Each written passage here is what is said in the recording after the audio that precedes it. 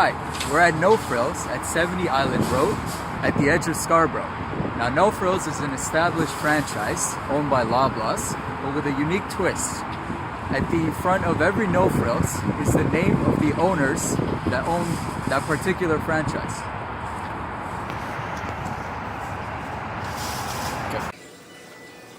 As I walked into the store, I immediately came across the produce section, and as I walked further inside, I could see somewhere around the middle of the store was this aisle containing cereal, and it was kind of hard to miss because it covered most of the aisle itself. I was just amazed at the amount of brands and colors that were present.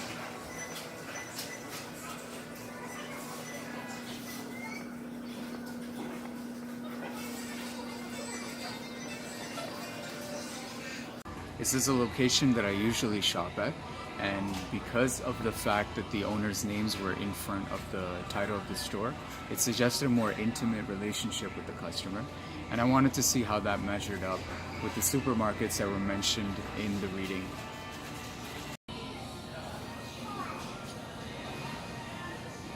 This is the cereal aisle. Although there are other breakfast items in this aisle, the majority of it is cereal because it is a staple breakfast item. And in contrast, you're not going to see a lunch aisle or dinner aisle because those meals have more variety. So when you think of breakfast, you definitely think of cereal.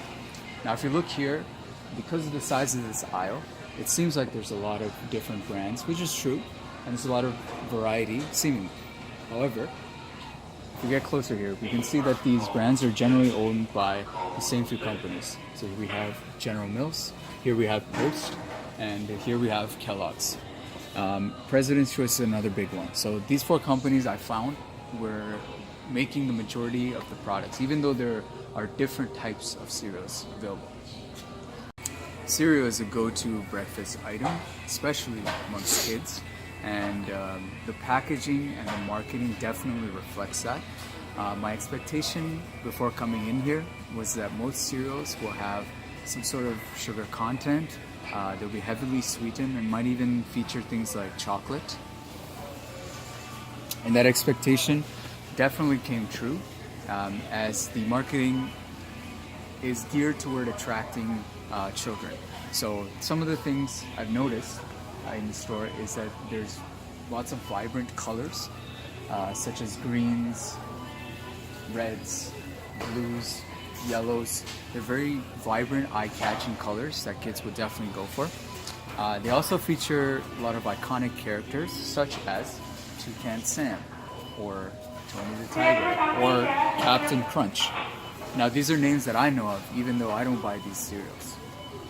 We have more characters such as the Nesquik bunny or the leprechaun from Lucky Charms.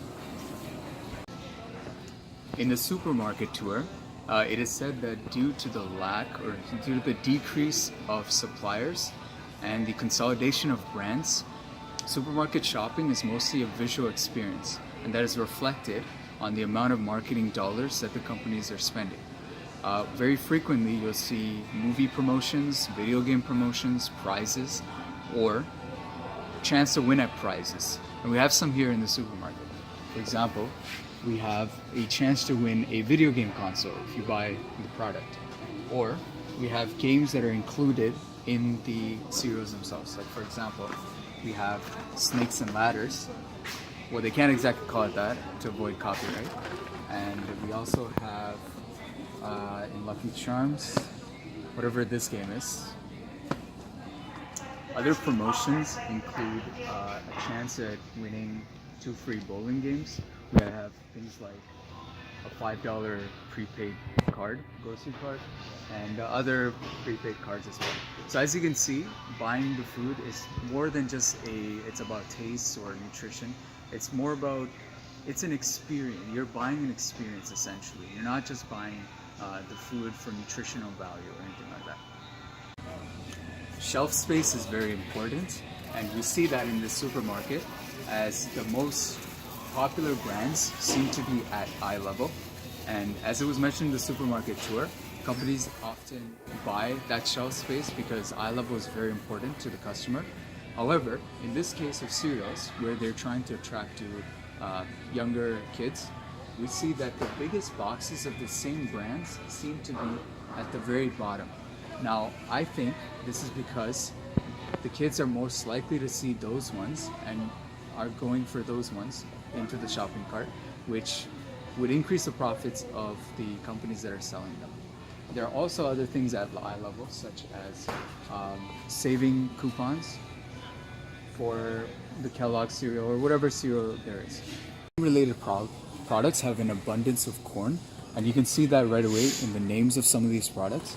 And in the ingredients, it's spelled out. You see cornmeal, corn bran, corn syrup, etc. And that's very common in all these cases. Like, for example, we have, if you look at the ingredients here, we also have whole grain corn, corn syrup. Now, corn is very cheap in order to produce due to the subsidies provided by the government. And basically, just pick up any cereal and it's most likely containing corn. Even though this has oats in it, we also have corn syrup and corn starch and so on. I don't know if it can be picked up by the camera, but there is pleasant, light music being played right now as I'm shopping.